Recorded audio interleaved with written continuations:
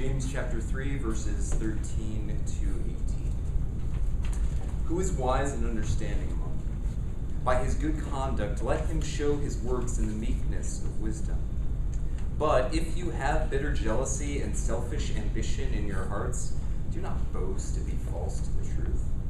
This is not the wisdom that comes down from above, but is earthly, unspiritual, demonic. For where jealousy and selfish ambition exist, there will be disorder and every vile practice. But the wisdom from above is first pure, then peaceable, gentle, open to reason, full of mercy and good fruits, impartial and sincere. And a harvest of righteousness is sown in peace by those who make peace. So, to start things out, I actually want to throw out a question for you all, and maybe you can write this on the back of the thing that you got out. I want you to think of something that you want to stand out about you, something that you hope people will notice. Maybe it's your ability to preach, maybe it's your knowledge, maybe it's your charisma. Just take a few seconds to think of something.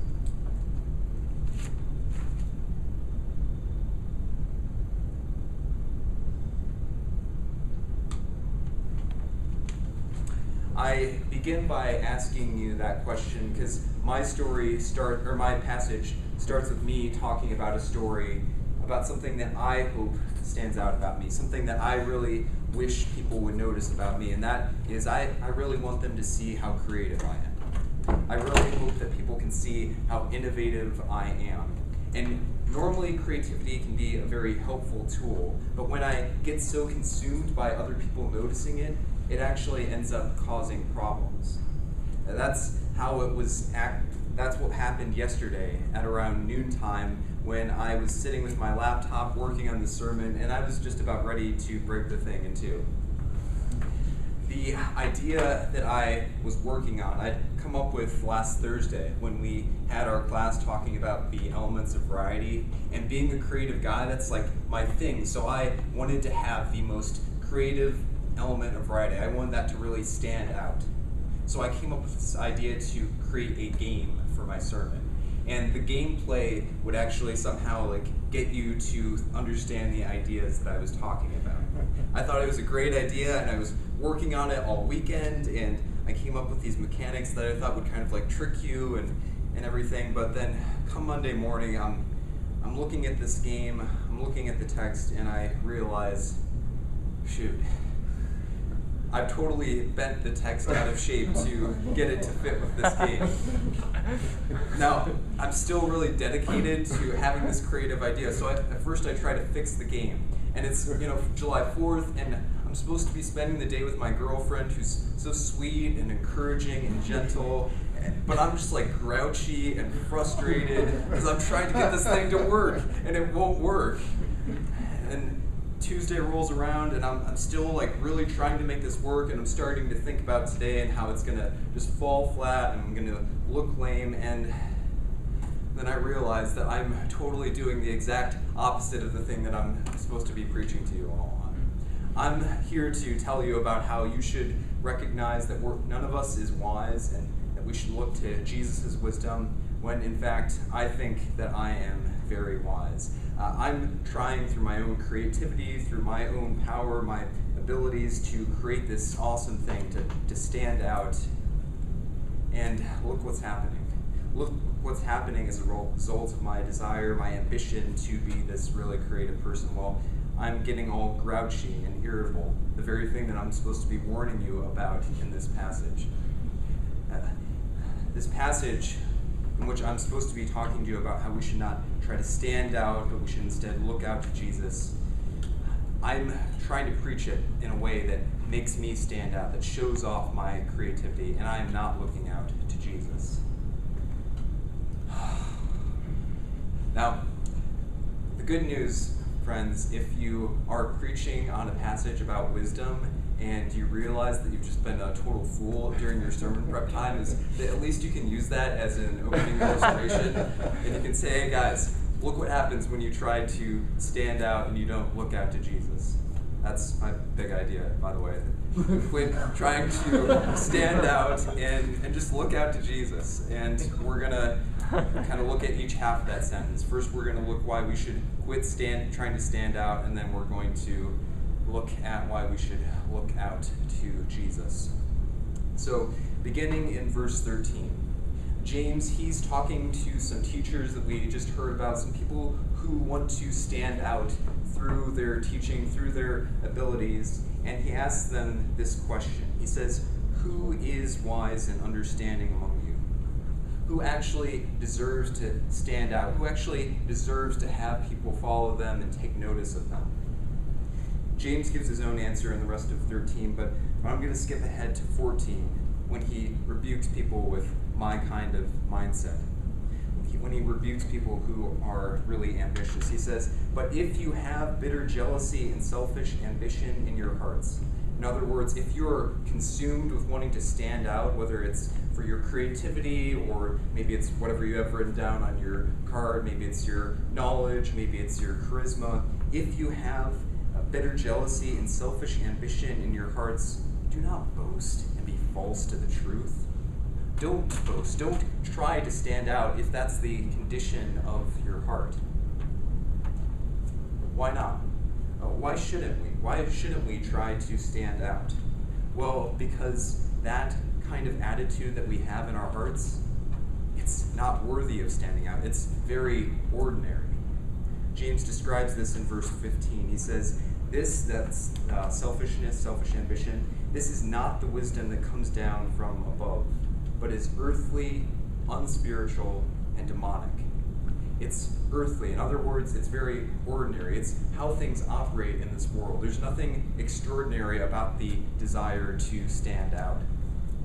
If you want to stand out, you don't deserve to stand out, because everybody wants to stand out, so you're just the same as everybody else. You can't be wise for acting the same and trying to be the same as everyone else. There's nothing ambitious about being ambitious. That's just what everybody does. James says that it's unspiritual. A more literal translation of that would be soulish. It's where our souls just naturally tend towards, is this kind of selfish attitude, this desire to stand out. It's, in fact, demonic, he says. We don't just share this kind of attitude with other humans, we actually share it with demons as well. When we are trying to stand out, we are actually just following in the path of Satan. Now, you may think about some people that are very ambitious. People, maybe it's a celebrity preacher, like a health, wealth, and prosperity guy who's really stands out for his charisma, or maybe it's someone like Steve Jobs, mentioning him again. Maybe it's someone who does some sort of gimmicky thing like me with my poetry, and maybe you think, well, they do kind of stand out, so maybe they're not so off. But James, he explains something that's very ordinary about people that try to stand out. One reason why we should not stand out. And he describes this in verse 16. He says, "For where jealousy and selfish ambition exist, there will be disorder and every vile practice." There's nothing more ordinary than sin. There's nothing that stands out about disorder, because that's in all of our lives, right? We all see sin in our lives. And so if you have this desire to stand out, what happens? Well, it causes you to have this sin in your life. It causes you to get grouchy with your gentle, encouraging girlfriend when she's just trying to help you and you're just frustrated about this sermon. It causes you to get into fights with members in your church who don't see things the same way as you do and who won't let you do your great idea. It causes you to be bitter towards people who do better than you do. You don't stand out for righteousness. You, in fact, just are the same as everyone else in terms of being sinful, in terms of having disorder in your life. We don't deserve to stand out because we are sinful like everyone else, and therefore we should just quit trying to stand out. We should quit having this selfish ambition, this self-importance. Can you all do that, friends? Can you just tell yourself to follow that advice? Quit trying to stand out. Okay, we're gonna involve this now. So I wrote my phone number up there, and I wrote something that I want you to text me. So can you all text my cell phone and tell my cell phone to not vibrate, to stop vibrating, don't vibrate. And we're going to see how successful your advice to my cell phone is. We're going to see if that actually can stop it from vibrating. I have a feeling that once my cell phone starts getting your texts, it's not going to stop vibrating, it's in fact going to start vibrating. The more that you are telling it to stop vibrating, the more that it is vibrating. And in the same way, if we just try to tell ourselves to stop trying to stand out, if we're just trying to do that on the power of our own strength, what happens, friends? Well, it doesn't make us more humble. It doesn't make us more humble to try to be humble, to try to be modest or meek in our own strength. That's actually a very arrogant thing to think that you can do, to think that you're different from the rest of the earth, that your soul does not tend in the same way that everybody else's tends. To just try to stop standing out in your own strength just makes it worse. And so that brings us to my last point. Oh, that was actually a phone call. My last point is that we should stop trying to stand out. And the reason that we are able to do that is that we can look out. We can look out. We can look beyond ourselves. And what are we supposed to look to? Well, James hints at this in verse 15. He mentions the wisdom that comes down from above. The wisdom that comes from heaven. And you guys, you're in seminary, so you know where I'm going with this. We can look out to Jesus. We can look out to the one who was okay not standing out in heaven in glory, in his majesty, but who is okay blending in with the rest of us, being a very ordinary person. We can look out to him because he looks out for us. And we can see that the kind of wisdom, the kind of life that he shows in verse 17. James says that wisdom from above is first pure, then peaceable, gentle, open to reason, full of mercy and good fruits, impartial and sincere. First, pure.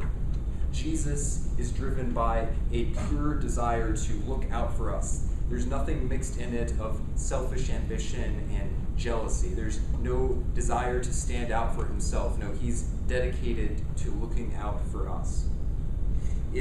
As a result of that, he is peaceable, he's gentle, he's open to reason. In other words, when other people insulted Jesus on the cross, when they were spitting in his face, how did he respond to them? Well, if he had cared about standing out, he would have gotten bitter, he would have insulted them back, he would have spit back in their faces.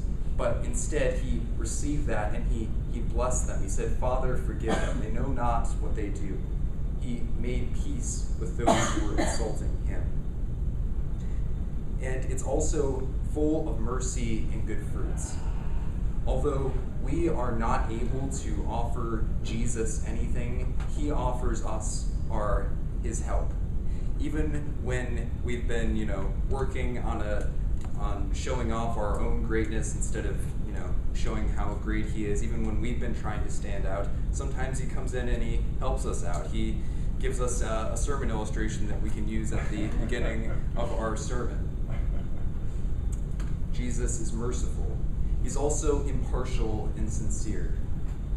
He cares for us regardless of whether we stand out, regardless of whether we are creative, regardless of whether we are knowledgeable, regardless of how great our preaching or charisma or exegesis is. Jesus looks out for us, regardless of how wealthy we are, how successful we are in our ministries. Jesus is going to look out for us. And when we realize that, when we realize that Jesus, when we look out on Jesus and we see him looking out for us, that frees us so that we are able to look out for others. And James kind of describes this in a metaphorical way in verse 18. He says, "A harvest of righteousness is sown in peace by those who make peace."